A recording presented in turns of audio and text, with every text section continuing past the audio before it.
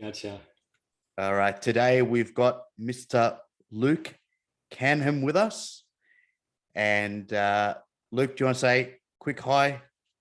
Yeah. Hey, Mina. Thanks for having a chat today, mate. We've recently only connected, but I love the message you're giving out. I seen a video you did on fear the other day, and it really touched a part of me that was I was experiencing fear a little while ago. So I really like how you're putting your message out. So that's why we're here, mate. Thank you very much. And that's why I'm reaching out to you. I really do think you're quite a leader in what you're doing right now, and the story that you've shared with me in the past, which you'll touch up on hopefully today. And I think the topic we want to discuss today is leaders and having their plates full. And you mentioned to me early in today that you were at an event, and they were discussing that. So can you tell us a little bit more about that? Yeah. So yesterday I was at an event called Leaders for Impact. It was in it was in Northern Rivers. So I was in Brunswick Heads, which was a nice place to go. And I like to observe people, the conversation, body language, and I could tell from every business leader in the room, everyone was experiencing their plate being so full at the moment that they just were really struggling to actually just, keep it all together.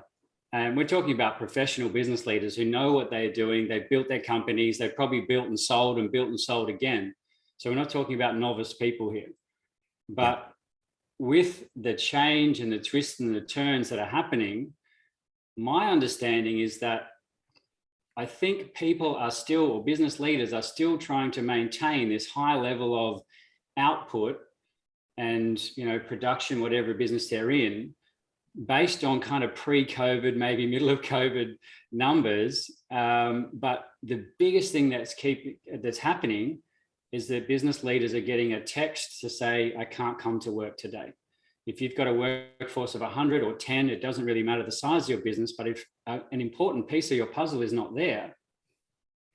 Yeah, I'm hearing a lot of that going on when I speak to various clients and just other professionals. And they're saying that, there's not a lot of staff that they could get their hands on. Yeah. And the quality of the staff is not there either. So I'm not really sure exactly what's happening and why that is. But, I'm a big believer that video is something that's very impactful and very powerful. And I think video education has a big role to play in terms of saving people time, money, and really upskilling staff, really upskilling everyone. Yeah. What are your thoughts on that? The word you used was saving people. And like that word to me is like, I feel like we're at a point of desperation at the moment. It's like, okay, people have businesses on the line, which is their income, especially in the Northern Rivers. People have lost their homes and businesses, so they're still trying to get something. Yeah, there's something running after the flood devastation up here. But the word saving is, I feel like that's where we're at the moment on a broad spectrum in Australia. It's like, how do we do something new in our business that is going to help us upskill people? And cross-skill was something I heard of yesterday. Cross-skilling people from, reception to floor, or if we're talking about a cafe, it might even be front staff to in the kitchen, something like that. Cross-skilling was something was talked about yesterday, because it's actually, if people are in your workforce and there's someone, there's a need, they need to go in there. It's not making everybody happy though. So this could turn into more of a domino effect of losing those good staff, because now they're getting so much pressure on them. Because if you are one of the, say you've got 10 people in a business and you're one of the 5 who turns up, you're going to be working harder. And we all know that that's not going to last for too long, right? Yeah. And something that we connected over before, was that video is now playing a part in being able to solve a lot of these pain points for businesses. And again, while we're talking, is that you had seen a new business that I put together called Multiply Me. And that's exactly the model that we've brought in here, Mina. Yes, please tell us more about that. Yes. We are helping business owners multiply themselves, or leaders or people in their business, and taking away a lot of hand-to-hand or face-to-face training. And that's allowing people to have a little bit more room and not struggle so much with, if someone doesn't come today, like how do we put someone in instantly? There can be particular videos made about, if we take a cafe again, how to use the coffee machine, how to do these particular things. They can be simple training videos, but if someone's had exposure to these videos before they were thrown in the deep end, they will swim as opposed to sink. And that swimming means reputation is not damaged as bad as it might have been. It means the next person who's coming in after that shift doesn't have to clean up as much. Like there's so many positive effects of giving people a little bit of information before they hit the front line, so to speak. Yeah. And I can understand that nothing will beat that hands-on experience, but ultimately, you can do away with a big part of that in terms of teaching the person, the staff member, or even, just anyone in the business, what they need to do, what they need to have front of mind before they start the process or even during the process. Yeah, 100%. We, an interesting quick story. We made a video just a couple of days ago with a business in Tweed Heads.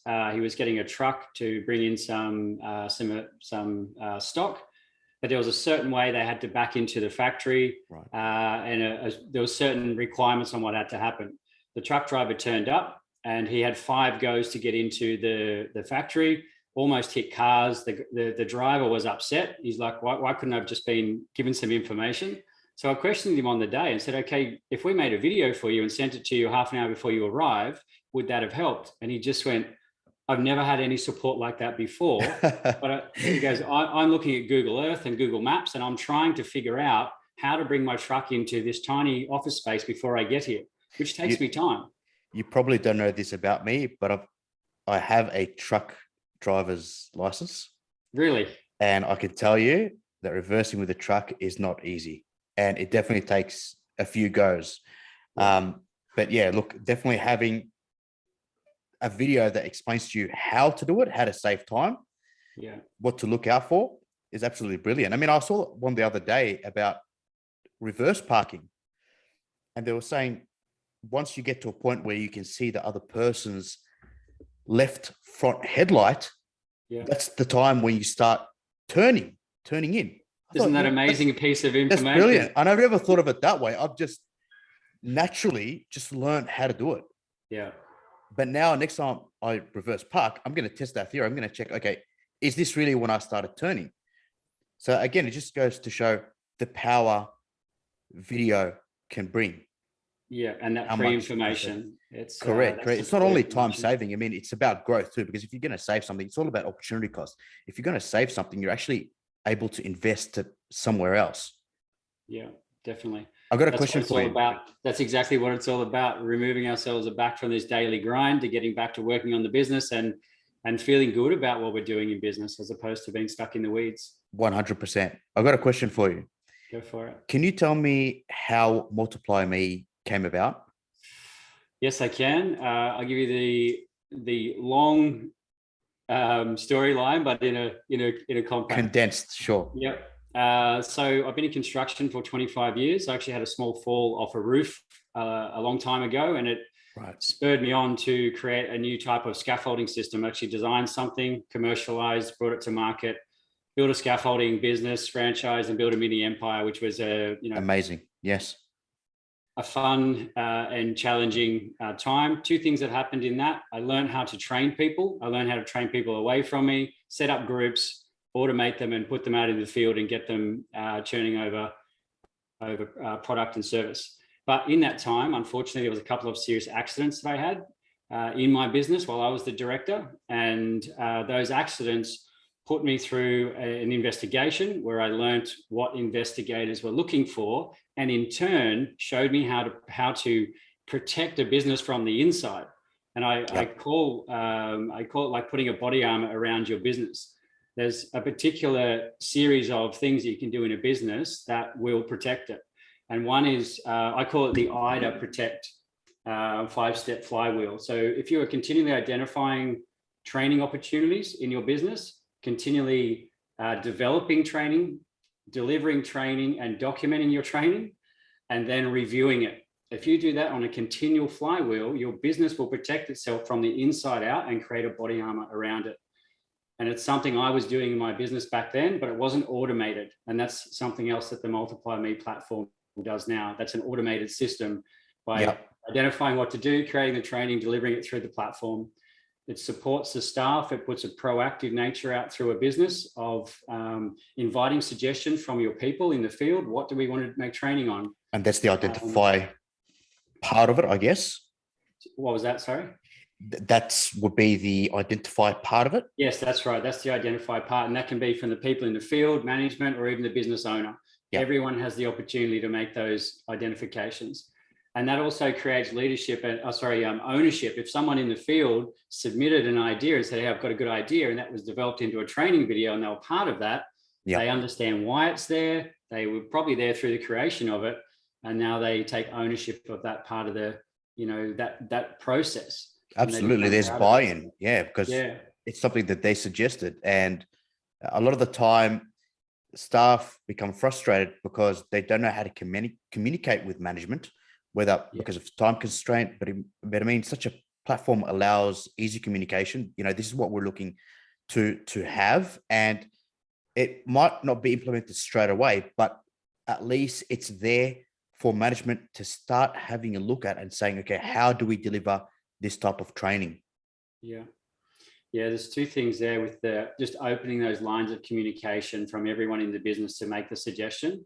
That's important on two levels. One, for the business, because they actually have to have that in construction. You actually have to have a channel of communication so that people can come and talk to you. And if that's done through a suggestion box that's on our platform, that's amazing. Or it can be done through a suggestion box that's a actual wooden box in your business. But this is an automated way where it records it all. And the second thing is that if you have your people giving you suggestions, you don't have to go looking for where you need to make new training and support videos. People are telling you, so you're making exactly what is needed. It's from what we've seen so far is that it has so many domino effects in a positive in nature. So we're really excited about that feature of the platform. No, fantastic. To a large degree, it's having your finger on the pulse, isn't it? Yeah, definitely. So many times, Mina, in my scaffolding business and construction, I would hear other workers on site saying, oh, our bosses have no idea what's happening out here. They got no idea. They give us these rules and they tell us what to do, but there's no way you can do it like that. So if you've got an us and them mentality in your business, because there's no communication, we all know where that business is going to end up. Yeah. That's an interesting segue into leadership and values in a business. Yes. Can you tell us, your belief in how important these things are and how they should be communicated? Yeah, hugely. They are everything, to be honest, in the way I see values and, even the mission of the business. We all get very excited about doing a new branding workshop. We get our mission statement done and then we go to work and it sits on the wall and no one ever sees it. I find the best videos that I made some videos about my values, my three deal breakers, and our mission of the business. And I just sat in the park one day, grabbed my phone out and said, hey guys, I just want to have a chat to you about this. These are, important things. I send those videos to people that haven't even worked at my business yet to align them with the business. So they'll see me in the raw, they'll understand what I stand for, and they'll understand what other people in the business are, shooting for as well. So it's staff alignment. And then I also send those videos out on a regular basis. And I watch them too. It's not that I send them to other people. I actually watch my own videos quite regularly to say that's where we are. Like acts as a reminder, doesn't it? Yeah, because I can get off track too. So those videos of making those, they don't have to be Hollywood productions. As we know, a lot of stuff straight on Zoom or off your phone is what connects these days. It's so authentic. And to have those on videos for me is a really valuable asset for my business, because I do want to have everyone to be able to say, hey, I know what our mission is here. If I could question them any time of the day, I think the people that work for me could say they get it 95% right. And that's fantastic. I know of businesses that actually sit together in the morning and they say their mission statement over. and then they break up and go to work.